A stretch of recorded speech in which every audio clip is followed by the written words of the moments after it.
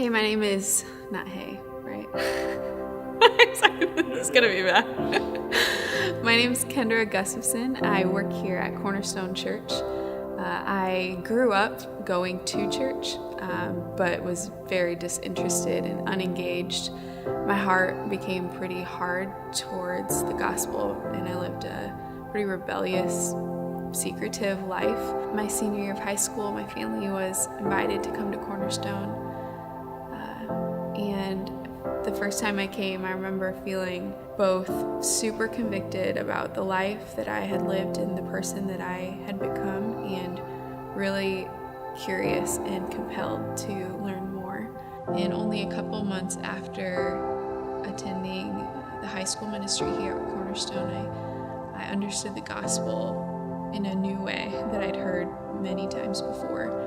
And Jesus took over my life and started to make me a new person, and everything started to change. I came to Salt Company, and I've never grown so much than my first years at Salt Company. I was like a weed. I grew so much and was so excited and genuinely surprised at what God was doing in me. I had no idea the ways that He could change me and make me new. And in God starting to change me, one of the areas that He did a huge work in my heart was actually in something that had happened to me a really long time ago. I was sitting in Health 275 in Forker Hall that I was watching a video.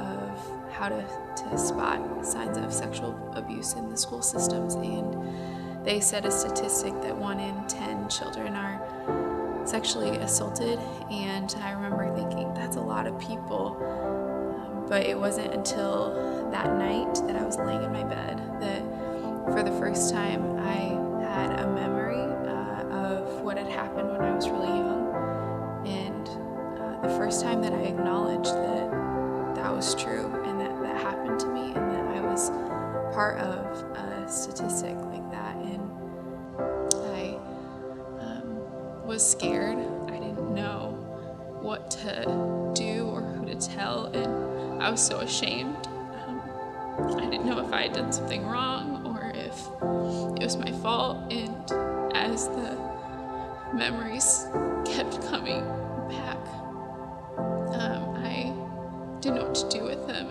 It took me almost a year before I told the first person, and I remember just, I would tell a little bit more and a little bit more, and Jesus would open my heart up a little bit more and a little bit more. And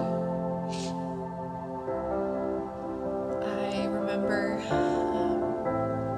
sitting with a mentor at the time and praying and just remembering back to what had happened. And I remember being in one of the memories, and Jesus was there with me, and I didn't have a reason to be afraid, and I didn't have a reason to be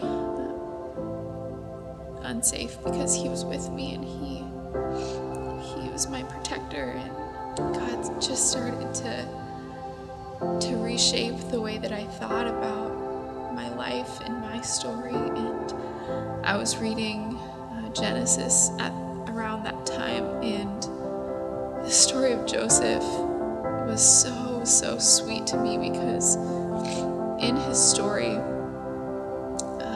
I got hope that it was possible for God to take an evil situation and use it for good. And I remember praying, God, I pray that You would use what has happened in my life for good.